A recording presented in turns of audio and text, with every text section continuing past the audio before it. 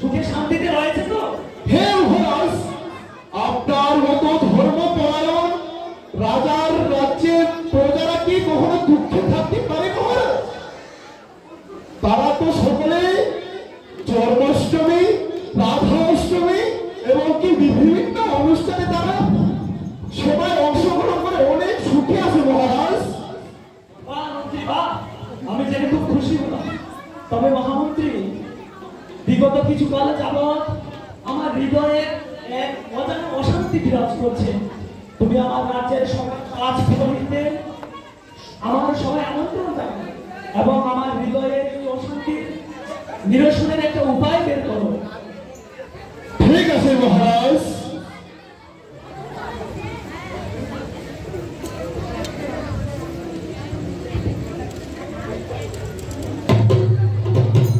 হাজির হয়েছে মহারাজ।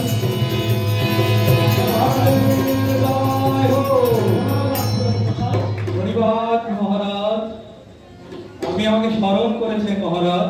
হ্যাঁ বিদ্যাপতি, কিছু কাল যাবৎ আমার হৃদয়ে এক অজানা অশান্তি বিরাজ করছে। তাই হে বিদ্যাপতি, কৃপাপূর্বক আপনি এই অশান্তি নিরসনের একটা উপায় বের করুন।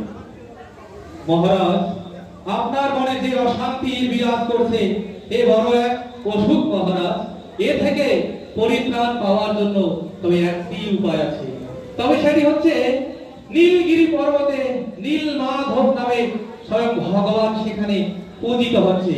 তো সেখানে থেকে যদি নীল মাধবের সেবা আপনি করেন তবেই আপনার এই অশান্তি দূরীভূত হবে মহারাজ। তবে হে বিদ্যাপতি, আপনি অতি শীঘ্রই সেই নীলগিরির উদ্দেশ্যে যাত্রা শুরু করুন। হে বিদ্যাপতি, যথাজ্ঞা মহারানী। তুমি তাড়াতাড়ি যাও, সেই নীল পর্বতে গিয়ে প্রভু জগন্নাথের নীল মাধবকে নিয়ে আসার জন্য সেই নীলগিরি পর্বতে শীঘ্রই যাও। যথাজ্ঞা মহারানী। তবে আমি কথা দিচ্ছি, যতদিন না আমি 1 বছরের মধ্যে যতদিন না আমি এই নীল মাধবের সন্ধান নিয়ে আসবো ততদিন আমার এই মুখ দর্শন করাবো না। তবে আমার কথা রাখো, তুমি যদি সেই নীল মাধবকে খুঁজে নিয়ে না আসতে পারো তবে আমি অনশনে চলে যাব। যথাজ্ঞা মহারানী, আমি যথাসাধ্য চেষ্টা করবো নীল মাধবকে খুঁজে আনা।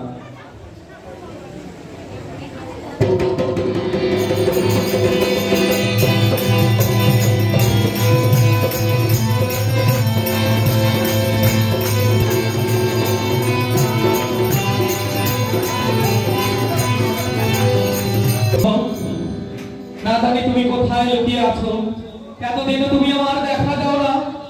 আমি যে পরিশ্রান্ত হয়ে যাচ্ছি নীলমাধব। আর কতদিন আমি তোমার খোঁজ করবো নীলমাধব। তুমি কৃপা করে আমাকে দর্শন দাও নীলমাধব, কৃপা করো, কৃপা করো।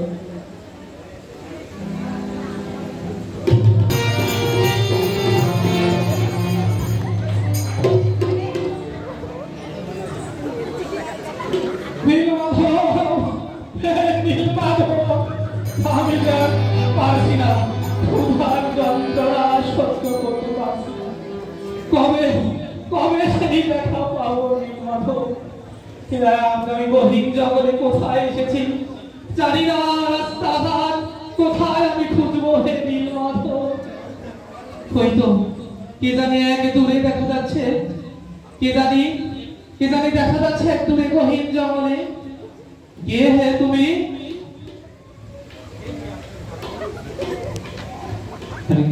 হে ব্রাহ্মণ, আমি এক দূরান্ত থেকে আগত এক ক্ষুধার্ত পথিক দেবী। তুমি এখানে কি করছো দেবী? তবে হে, কি আপনার পরিচয়? কি জন্য এই গভীর জঙ্গলে আপনি প্রবেশ করেছেন? আমি সেই আমার আরাধ্যকে খুঁজতে এই গহীন জঙ্গলে হারিয়ে গেছি দেবী। তবে আমি বড়ই ক্ষুধার্ত। তুমি যদি আমাকে এই ক্ষুধা থেকে পরিত্রাণ করতো তবে আমি বড় কৃতার্থ হতাম দেবী। আচ্ছা, তাই আপনি খুবই ক্ষুধার্ত? হ্যাঁ দেবী। তবে হে ব্রাহ্মণদি, এই পাশে আমাদের কুঠির আছে, আপনি যদি সেই কুঠিরে আসতেন। অবশ্যই দেবী।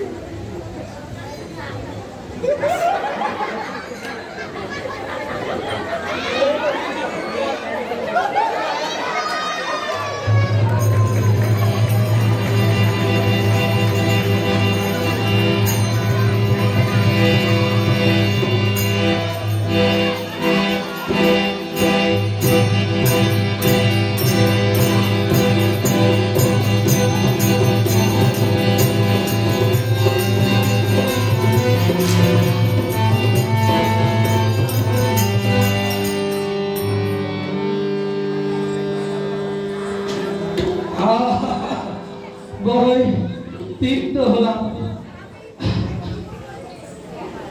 তবে হ্যাঁ দেবী, কথার ছলে ছলে তোমার নামটি তো জানা হয়নি দেবী। তোমার নাম কি দেবী? আচ্ছা, আমার নাম ললিতা। ললিতে? বাহ, অতীব সুন্দর তোমার নাম ললিতে। তবে এই কুটিরে তোমাকে আমি একাই দেখছি, তোমার সঙ্গে কি তোমার কেউ থাকে না দেবী? আচ্ছা, এই গৃহে আমি এবং আমার পিতা আমরা দুজনেই থাকি। তবে তোমার পিতারা কোথায়? কোথায় তিনি আছেন? উনি এখনই এই মুহূর্তে এই তো চলে আসতেছেন।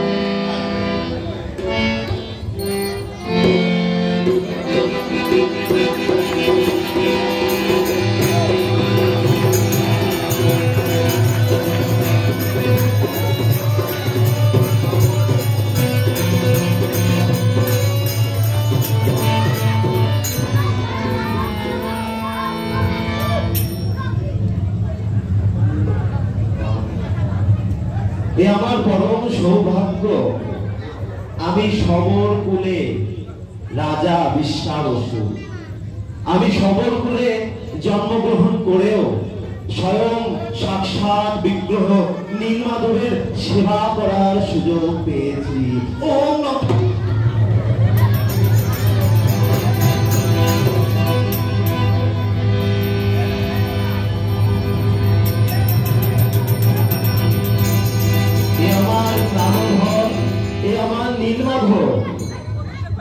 জয় হোক নীলমাধবের। সবাই বলো জয় নীলমাধব কি।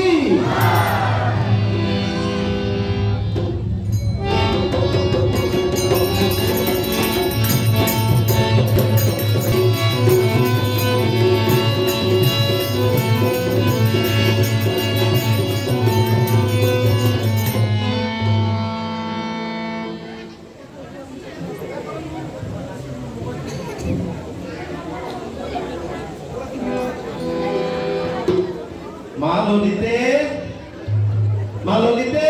হ্যাঁ পিতাশ্রী। এই যে মা, মা এই আরতির থালাটা অন্যত্র রেখে আসো মা। ঠিকই পিতাশ্রী।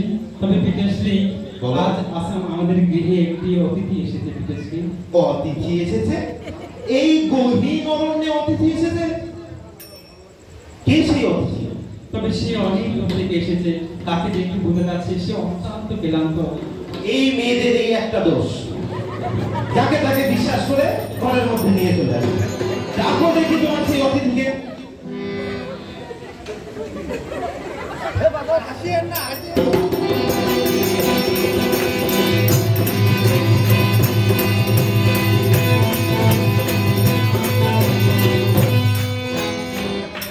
প্রণিপাত সবরাজ। প্রণিপাত ব্রাহ্মণদেব। আপনি কে ব্রাহ্মণদেব? আমি সেই দূর দূরান্ত থেকে আগত এক পথিক। আমি ছেড়ে এসেছি সেই অরণ্যতে, রাস্তা ভুলে গিয়েছি আপনার কুটিরে এসেছি সবরাজ। এই কি সেই অতিথি মা? হ্যাঁ পিতাশ্রী। হে ব্রাহ্মণদেব, আপনার পরিচয় দিন ব্রাহ্মণদেব। সেই দূর রাজ্যে ইন্দ্রদম্ন রাজার রাজপুরোহিত বিদ্যাপতি।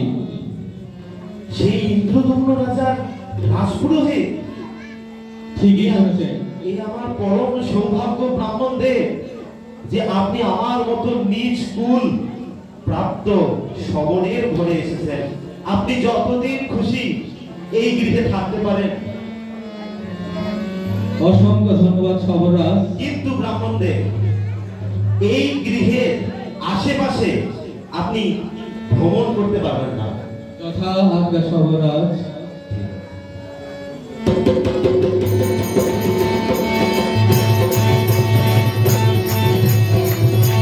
প্রায় বহুদিন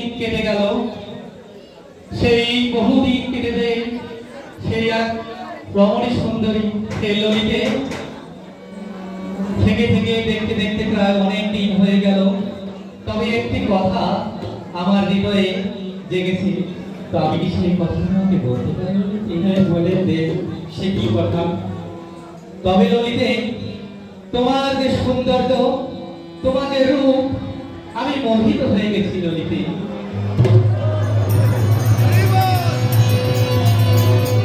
হ্যাঁ ললিতে, আমি তোমাকে একটি প্রস্তাব দিতে চাই ললিতে। সে কি প্রস্তাব দে? তোমাকে আমি বলবো ললিতে, তোমাকে আমি বিবাহ করতে চাই ললিতে। তাই বুঝি?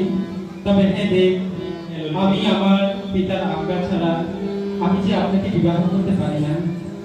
তবে তুমি যাও, তোমার পিতার আজ্ঞা নিয়ে আসো, আর আমি তোমাকে বিবাহ করতে চাই ললিতে। কিন্তু আমি আমার পিতার অবশ্যই আজ্ঞা চাইব।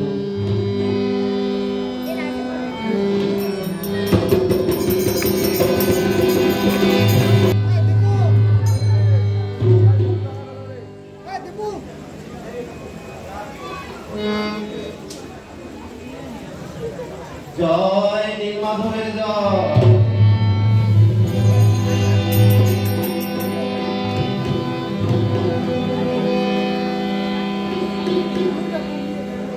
এই নীলমাধব, আমি বহুকাল যাবৎ আপনার সেবা করছি নীলমাধব। হে নীলমাধব, আমি সমগ্র জীবন আপনাকে আমার প্রিয় হিসেবে বরণ করতে চাই। আপনি আমাকে কৃপা করুন যাতে আমি সারাটা জীবন এভাবেই আপনার সেবা পূজা করে যেতে পারি নীলমাধব। আপনি আমাকে কখনো ছেড়ে যাবেন না নীলমাধব। আমি সারাটা জীবন এভাবেই আমার সমস্ত কিছু দিয়ে আপনার আরতি করতে চাই, পূজা করতে চাই। এই কারণেই নীলমাধব আমি সমস্ত পৃথিবী থেকে আপনাকে অনেক গোপনে রেখেছি নীলমাধব। আপনি আমায় কৃপা করুন নীলমাধব। কৃপা পূর্বক এই নিচু জাতের হাত থেকে আরতি গ্রহণ করুন নীলমাধব। আমি অত্যন্ত কৃতার্থ যে আমার মতো নিজ কুলের এই শহরকে আপনি আপনার সেবার সুযোগ দিয়েছেন নীলমাধব। আমার আরতি গ্রহণ করুন নীলমাধব।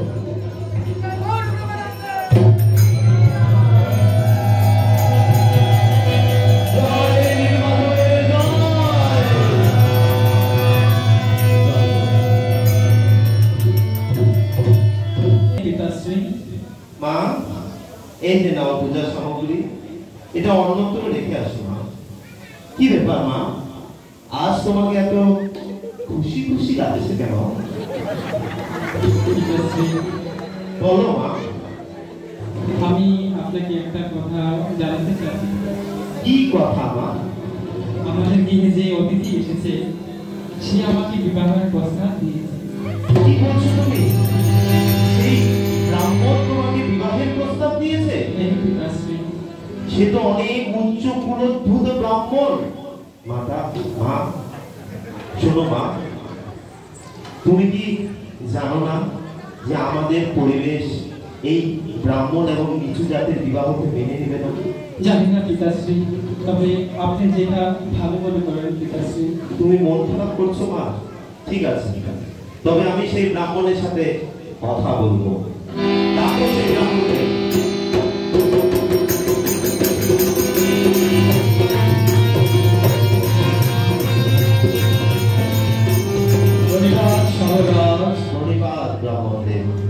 ব্রাহ্মণদের আমি একটা বিশেষ কথা শুনে আপনাকে এখানে ডেকে পাঠিয়েছি। কথা বলুন তবরাজ। ব্রাহ্মণদের, আপনি কি আমার মেয়েকে বিবাহ করতে চান? সত্যই শুনেছেন সমরাজ।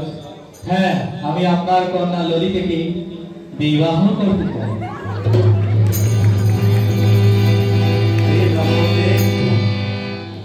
এ আমাদের জন্য বড় সৌভাগ্যের ব্যাপার। আপনার মতো একজন মহান ব্রাহ্মণ একজন সবল কন্যাকে বিয়ে করবে, এ বড় সৌভাগ্যের ব্যাপার। কিন্তু ব্রাহ্মণদের, কিন্তু এই পরিবেশ, এই সমাজ, এই ব্রাহ্মণ এবং নিচু কুলের বিবাহকে মেনে নেবে? আপনি ঠিকই বলেছেন সবরাজ, কিন্তু এটাও শাস্ত্রে আছে যে উঁচু কুলের পাত্র এবং নিচু কুলের যদি কন্যা হয় তবে সেই ক্ষেত্রে কোনো বাধা থাকে না সবরাজ। তবে এই ক্ষেত্রে আমি আপনার কন্যা ললিতাকে বিবাহ করতে পারি। তবে ঠিক আছে, যেহেতু আমার মেয়েও রাজি, তবে হয়ে যাক তোমাদের বিবাহ।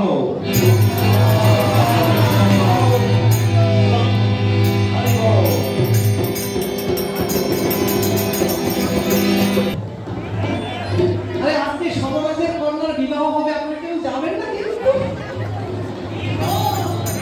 অনেক আশা নিয়ে এসেছি, আজকে বিবাহ পড়াবো আর বিবাহ পেট ভরে খাবো।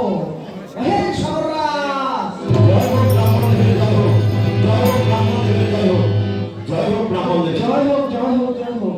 আরে বিবাহ লগ্ন খুব কাছাকাছি, নিয়ে আসো পাত্র পাত্রী। এখনই আনছি ব্রাহ্মণদের, এখনই আনছি। ঠিক আছে। মা ললিতে, ললিতে, মা ললিতে, কোথায়? মা ললিতে, মা ললিতে, আসো মা।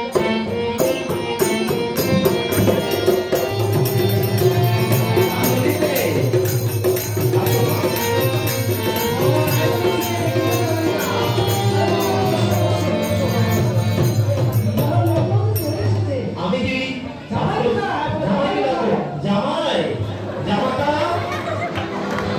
বসো, বসো, বসো। আচ্ছা, ফুল জল ডাব গোবর পাখা পাড়াপাড়ি পাখা। ফুল জল ডাব গোবর পাখা পাড়াপাড়ি পাখা। আপনারা কিন্তু মনে করবেন না কবুতরের পাখা লাগে, ওইটা আমার পাখায় পাখা না লাগাছে, বুঝেছেন তো? বুঝতে হবে কিন্তু। এই যে বাবা, এটা হাতটা বাড়াও, কত লজ্জা করছে কেন?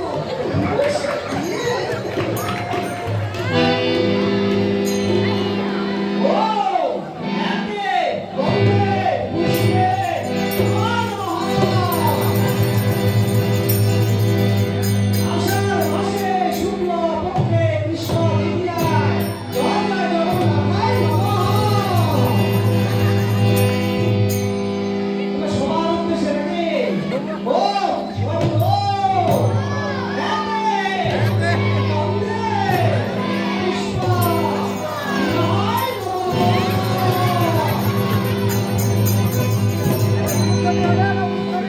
কি আর বলিব, আমি তো অত মন্ত্র অত জানি না, তাই কোনো রকম আর কি।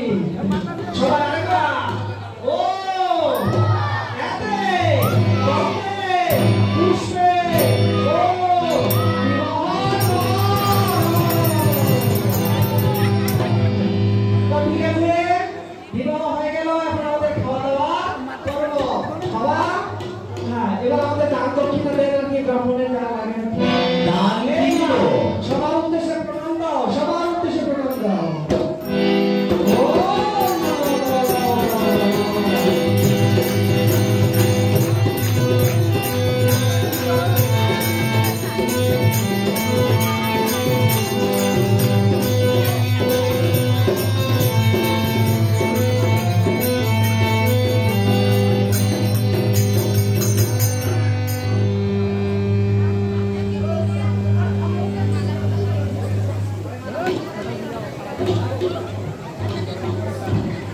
ললিতে, ও ললিতে, এই প্রতিদিন কোথায় গিয়েছিলে ললিতে? এই তো আমি এখানেই আছি প্রতিদিন। তবে হ্যাঁ, বিবাহে প্রায় আমাদের 6 মাস পেরিয়ে গেল ললিতে।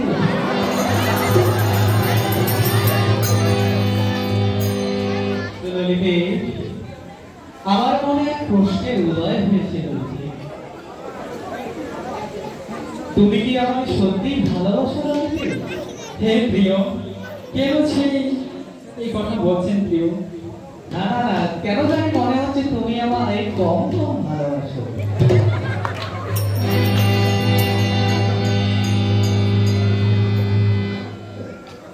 হে প্রিয়, নিশ্চয়ই আজ আপনার মনে কোনো প্রশ্নের উদয় হয়েছে।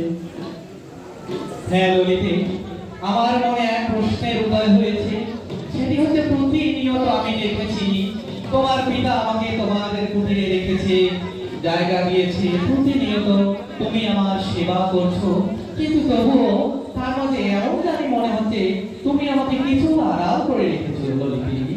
হে প্রিয়, আমার জীবনে যা কিছু ছিল সব কিছু তো তোমাকে দিয়েছি প্রিয়, তাহলে কি আর আপনার কাছে না জানি তুমি আমাকে সবই দিয়েছো, তবুও কেন জানি তুমি আমার কাছে কিছু আড়াল করেছো ললিতে। তবে সেটি হচ্ছে প্রতিনিয়ত দেখি তোমার পিতা সেই সন্ধ্যের আগে সেই বেরিয়ে পড়ে এবং সেই প্রাতকালে আবার ফিরে আসে। যখন তোমার পিতা ফিরে আসে তখন তোমার পিতার শরীর থেকে এত সুখ ঘ্রাণ আসে যেটা বলে আমি মুখে বলে শেষ করতে পারবো না। কিন্তু এই তোমার পিতা প্রতিনিয়ত সেই সময় কোথায় যায় ললিতে? হে প্রিয়, এই বুঝি আপনার প্রশ্ন ছিল? হ্যাঁ ললিতে। হে প্রিয়, আমার পিতা প্রত্যেক দিন মাকে পূজা করতে যায়। আমি এতদিন থেকে তার সন্ধান করছি নীলমাধব। আমার জীবন আজ ধন্য হলো যে আমি নীলমাধবের খোঁজ পেয়েছি। তুমি সেই নীলমাধবের দর্শন আমাকে করতে পারবে ললিতে? না না না, সে কখনো সম্ভব নয়। কেন ললিতে? আমার পিতা আর আমি ছাড়া সে নীলমাধবের খবর কেউ জানে না। তবে আমার মন যে আরো ব্যথিত হয়ে গেল ললিতে। আমি যে সেই নীলমাধবের দর্শনের এখন প্রতীক্ষা করি। তুমি আমাকে কৃপা করে তোমার বাবাকে বুঝিয়ে আমাকে নীলমাধবের দর্শন করার ব্যবস্থা করে দাও ললিতে।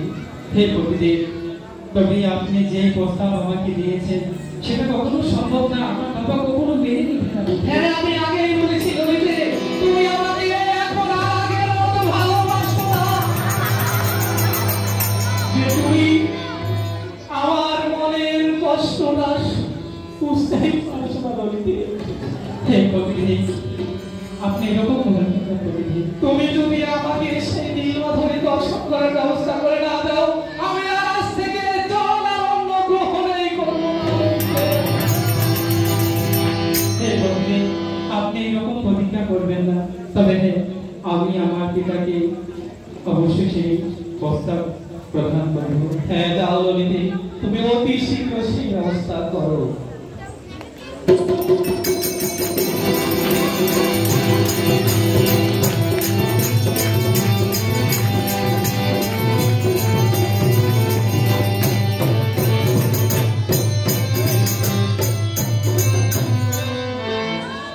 বরাবরের মতো আমি আজকেও নীলমাধবের সেবা সম্পন্ন করে বাসায় ফিরলাম। আমার বড় চেষ্টা পেয়েছে। মা ললিতে, মা ললিতে, হে পিতাশ্রী, মা এই যে নাও পূজার থালা, আমাকে একটু জল প্রদান করো মা।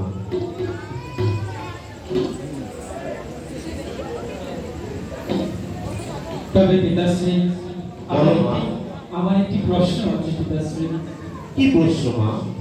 হে পিতাশ্রী, আজ আপনার জামাটা খুব কাতর ভাবে সে একটি প্রশ্ন করেছে। সে নীলমাধবকে দর্শন করতে চায়। কি তুমি নীলমাধবের কথা তোমার জামাইকে বলেছো?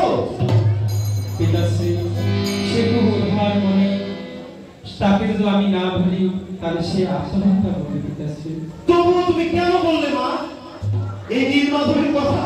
আমি কত কষ্টে গোপন করে রেখেছিলাম, তুমি সেটা তোমার পতিকে বলে দিলে? পিতাশ্রী, দয়া করে আপনি তাকে সেই নীলমাধবের দর্শনের সন্ধানে নিয়ে যান। হায় হায় মা, এ কি করলে তুমি? ঠিক আছে, বলে যখন দিয়েছো, তবে আমার একটা শর্ত আছে মা। কি শর্ত পিতাশ্রী? শর্তটা হলো আমি বিদ্যাপতিকে নিয়ে যাব, কিন্তু তুমি তার চোখ বেঁধে দিবে, সে কেবল নীল মাধবকেই দর্শন করবে। তবে ঠিক পিতাশ্রী, যেন তেন হোক, তাকে আপনি নীলমাধবের দর্শনে নিয়ে যান। ঠিক আছে মা, তুমি তার চোখ বেঁধে নিয়ে যাও।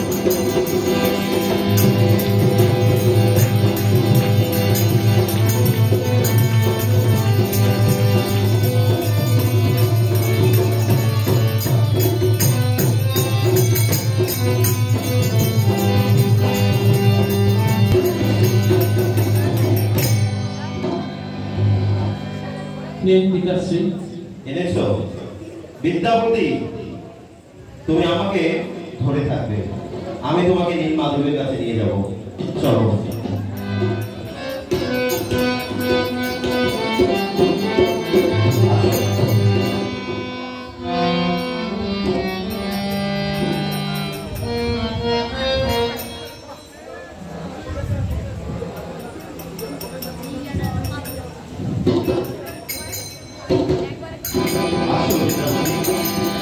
আমার সাথে আসো, আসো। বিদ্যাপতি, তোমার চোখ আমি খুলে দিচ্ছি, এখানেই নীল মাধব রয়েছে। দর্শন করো।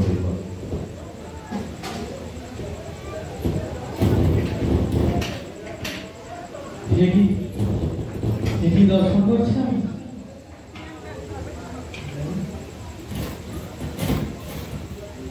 নীল মাধবকে প্রণাম করো বিদ্যাপতি।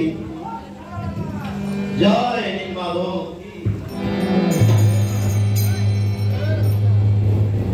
হে বিদ্যাপতি, তুমি কিছুক্ষণ নীল মাধবের কাছে থাকো, আমি নীল মাধবের জন্য কিছু ফল এবং ফুল সংগ্রহ করে নিয়ে আসি। তুমি কিছুক্ষণ নীল মাধবের স্তুতি করো বিদ্যাপতি।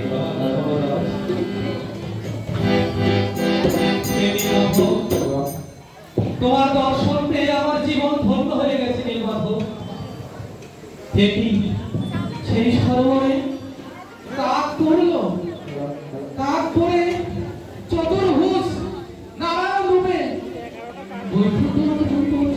দেখি দর্শন করছি আমি, দেখি দর্শন করছি। তবে আমি বা কিসের জন্য এই জড়জগতে পড়ে রব? আমিও সেই সরোবরে ঝাঁপ দিয়ে আমি স্বয়ং ভগবানের কাছে বলিমুক্ত ভাবে চলে যাব।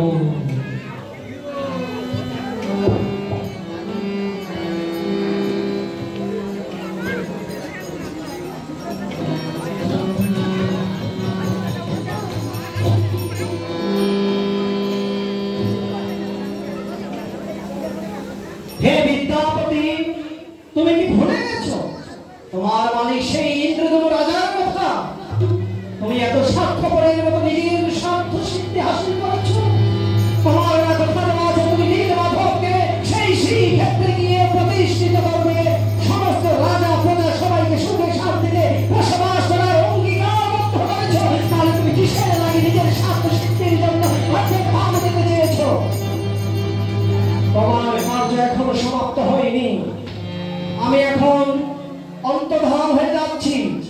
তুমি শীঘ্রই তোমার রাজাকে আমার সমাচার জানিয়ে দাও এবং তাকে বলে দাও খুব শীঘ্রই আমি দারু ব্রাহ্মণ রূপে সেই সমুদ্র তীরে ভেসে আসবো।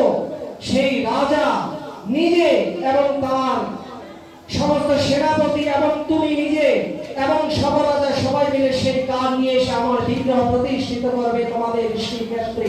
যাও, তোমার কার্য এখানেই সমাপ্তি হয়েছে। বিদ্যাপতি, যাও, তুমি সেই রাজাকে খবর দাও।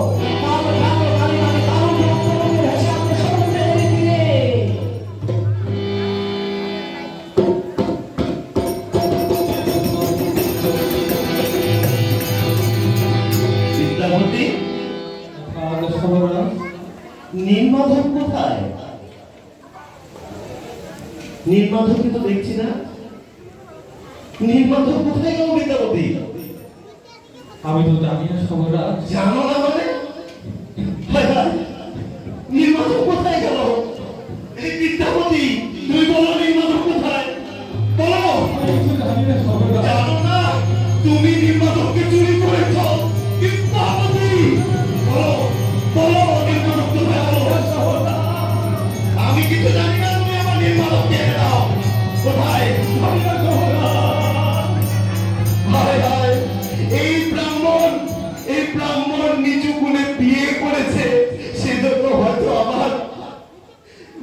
নীলমাধব আজ অপ্রকট হয়েছে। বিদ্যাপতি সব কিছু তোমার জন্য হয়েছে। আমি এই গহীন অরণ্যে তোমাকে বেঁধে রাখবো বিদ্যাপতি। আসো, তোমাকে আমি বেঁধে রাখবো।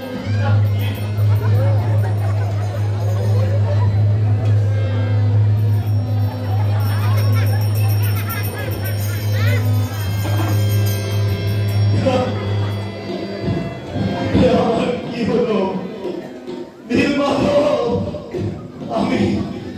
আমি নীলমাধবের বিরহে অনশন করব। হে নীলমাধব,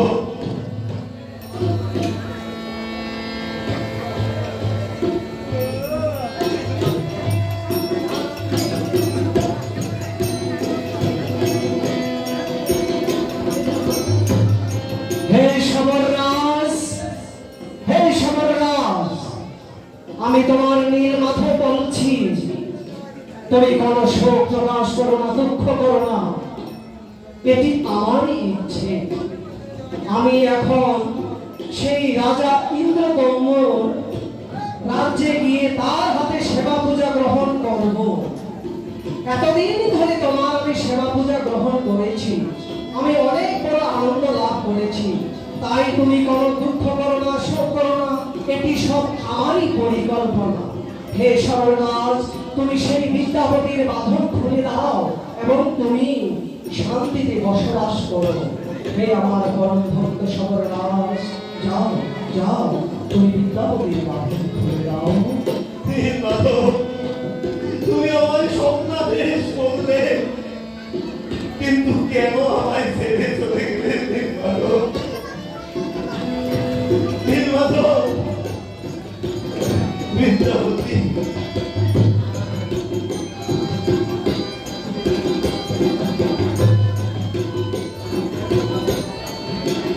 নীলমাধব, আমি তোমার বিরহে কিভাবে দিনাতি পাঠ করবো? নীলমাধব, নীলমাধব,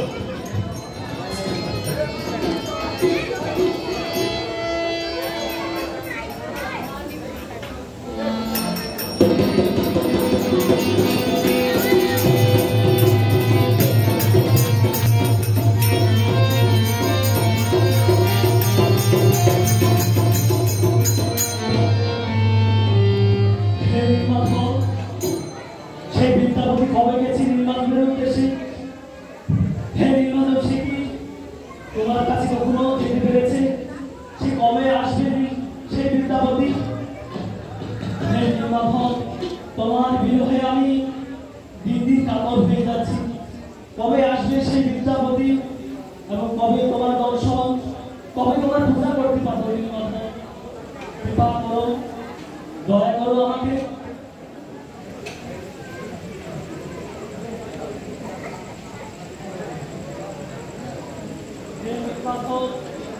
দয়া করে তুমি আমাকে কৃপা করো এবং আমাকে দর্শন দান করো নীলমাধব।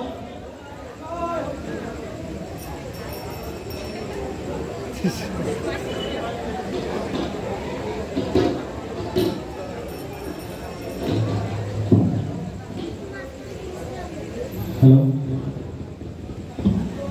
জয় হোক মহারাজ ইন্দ্রবঙ্গের, জয় হোক, জয় হোক। পরিবার মহারাজ, মহারাজ বড় সুখের খবর মহারাজ। কি শোনা যাচ্ছে তুমি? মহারানী গুন্ডিচার আমি কথার মান রাখতে পারছি।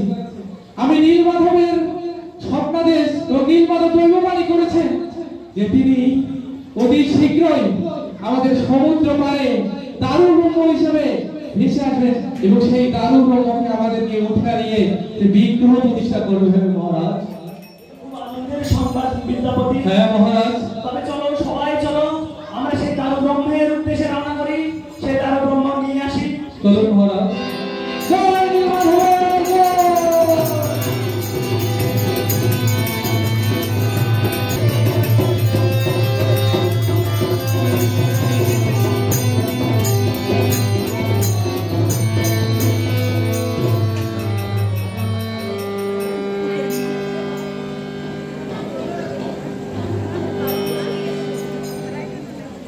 হে নীলমাধব, এখন আমি এই কাষ্ঠ দিয়ে কিভাবে তোমার রূপের আকৃতি তৈরি করবো নীলমাধব? তুমি একটা কিছু উপায় বের করে দাও। হে নীলমাধব, কৃপা করে তুমি তোমার সেই তোমার ইচ্ছা মতো কোনো কিছু উপায় বের করে দাও। হে রাজা মশাই, কি সংখ্যা আছে তোমার? আপনি নাকি খুব চিন্তিত, আর আমি আপনার রাজ্যের প্রজাদের কাছে চিন্তার কথা শুনে আসলাম। আপনি নাকি খুব চিন্তিত, আপনার চিন্তার নিরসনের উপায় হিসেবে আমি এসেছি মহারাজ। তুমি ঠিক বলেছো। বলুন বলুন তো, আমি যে চিন্তা করেছি, যে আপনি কি চিন্তায় চিন্তিত, সেটা এটা হয় কিনা? আপনি দারুব্রহ্মের বিগ্রহ বানানোর জন্য চিন্তিত আছেন নাকি মহারাজ? বলেন তো ঠিক হলো কিনা আমার ধারণার সাথে? তুমি একেবারে ঠিক ধরেছো। তাই তো আমি হচ্ছি আপনার সমস্যার সমাধান। তুমি সমাধান করতে পারবে সেই হ্যাঁ সমস্যা? মহারাজ। তবে তো খুব আনন্দের সংবাদ। তবে মহারাজ, আমার একটা শর্ত আছে যে মহারাজ, আপনাকে আমি এই শর্ত দিচ্ছি যে আমি 21 দিন ধরে আপনার মন্দিরে আমি ভগবানের বিগ্রহ তৈরি করব, কিন্তু এই 21 দিন আপনি মন্দিরের গেট দরজা খুলতে পারবেন না মহারাজ। আর যদি এই দরজা আপনি খুলেন তাহলে কিন্তু সর্বনাশ হয়ে যাবে মহারাজ। ঠিক আছে, তোমার সব শর্ত মঞ্জুর রয়েছে। তুমি সেই নীলমাধবের কার্য শুরু করতে পারো। আজকে মহারাজ, তাহলে আমি প্রস্থান করলাম এবং আমি আমার সেবায় নিয়োজিত হলাম।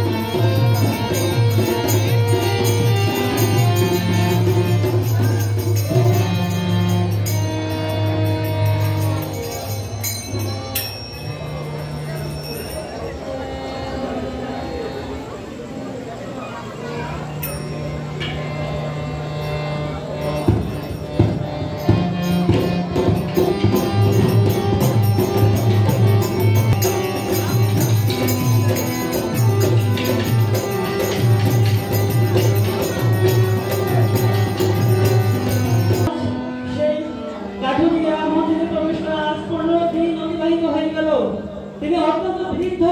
তিনি মন্দিরে না খেয়ে বেঁচে আছেন কিনা দয়া করে আপনি দরজা খোলার ব্যবস্থা করুন। দয়া করে দরজা খুলুন।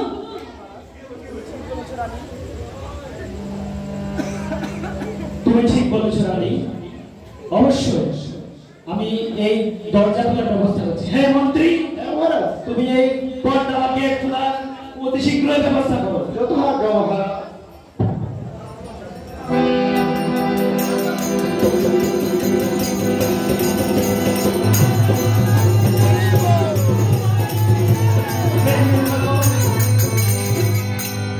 আমি কি করলাম? সেই কাঠুরের কথা মতো তার কথার সেই সময়ের আগে দরজা খুলে আমি কি করলাম? আমি কি অপরাধ করলাম? হে নীলমাধব, তোমার বিগ্রহ যে অপূর্ণ থেকে গেল, আমার কি অপরাধ হলো? এখন আমি কি করি? হে নীলমাধব, তুমি আমার একটা উপায় করে দাও। এখন আমি কি করি? এই কোন জন্মের পাপ ছিল আমার, তাই তোমার এই অপূর্ণ রূপ আমি দর্শন করলাম। হে নীলমাধব, তুমি তা বলে দাও। এখন আমি কি করি? হে নীলমাধব, তুমি একটা কিছু উপায় আমাকে বলে দাও। তুমি আমায় ক্ষমা করো হে নীলমাধব। হে